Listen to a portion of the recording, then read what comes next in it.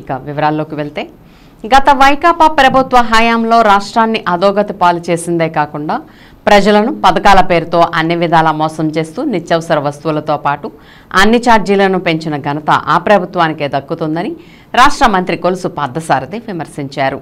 శనివారం ఆయన మీడియాతో సమావేశంలో మాట్లాడుతూ విద్యుత్ ఛార్జీలపై వైకాపా చేస్తున్న ధర్నాలపై ఆయన తీవ్రంగా విమర్శించారు. గత ప్రభుత్వంలో ఎన్నడూ లేని విధంగా విద్యుత్ ఛార్జీలను పెంచి ప్రజలను అధోగతి పాలు చేశారని, ఇప్పుడు మరోసారి ప్రజల కోసం పోరాడుతున్నట్లు ధర్నాల పేరుతో ముందుకు రావడం శోచనీయమని అన్నారు.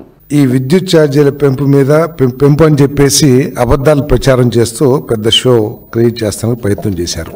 ఒకసారి ఈ విద్యుత్ వ్యవస్థ గురించి ఆలోచించినట్లయితే దీన్ని పూర్తిగా భ్రష్టు పట్టించింది వైఎస్ఆర్ పరిపాలన అని చెప్పేసి వైఎస్ఆర్ కాంగ్రెస్ పార్టీ గత 5 సంవత్సరాలు అని చెప్పేసి నేను మనవి చేస్తాను. ఏదైనా వ్యవస్థని నిలబెట్టి దాన్ని సస్టైనబుల్ చేయాలంటే కొన్ని స్వార్థాన్ని వదులుకొని అదేవిధంగా అస్థిత పక్షపాతాన్ని వదిలేసుకుని పనిచేస్తే ఆ వ్యవస్థలు ఎక్కడన్నా బాగుపడతాయి.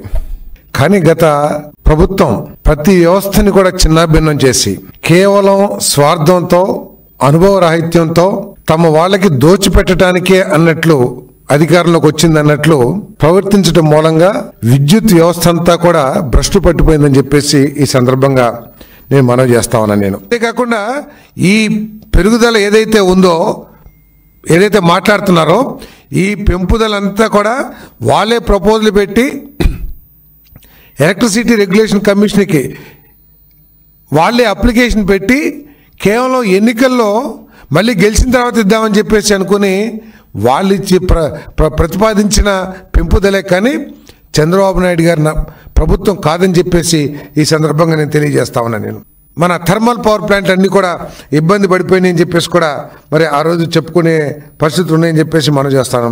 మరి ఇటువంటి పరిస్థితుల్లో ఉండగా ఈరోజు ఏదో ఈ ప్రభుత్వం ధరలు పెంచుతుందని చెప్పేసి ప్రజల్ని మళ్ళీ మోసగించడానికి ప్రయత్నం చేస్తున్నారని చెప్పేసి నేను మనం చేస్తాను.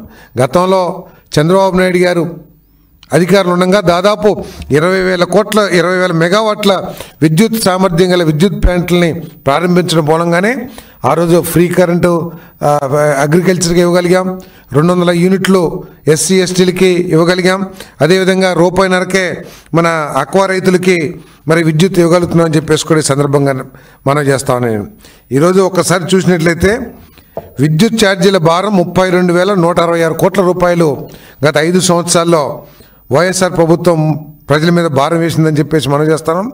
విద్యుత్ సంస్థలపై దాదాపు 50,000 కోట్ల రూపాయలు అప్పులు పెంచడం జరిగింది.